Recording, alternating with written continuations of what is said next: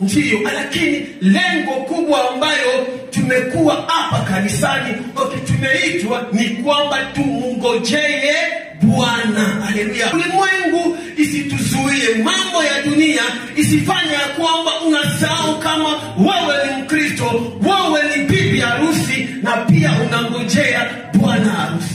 Familia zetu ambazo zote sikuwa pasai tujue kama Mungu anatuita ni kwamba tupate kumngojea, ila ya kwamba anahitaji ya kwamba tuimarike, tuwe na elimu, tuwe tunajua ya kwamba majira gani ambayo tuko tunaenda amo. Dunia iko inaharibika, mambo kila siku inaharibika. Hasa kama tutawatia mumajaze mbiase, shetani atatukamata.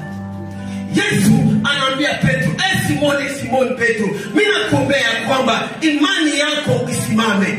Jua nini? Na umuona shetani anasimama na analenga ya kwamba awapepete kama jinsi nini ngano. Haleluya.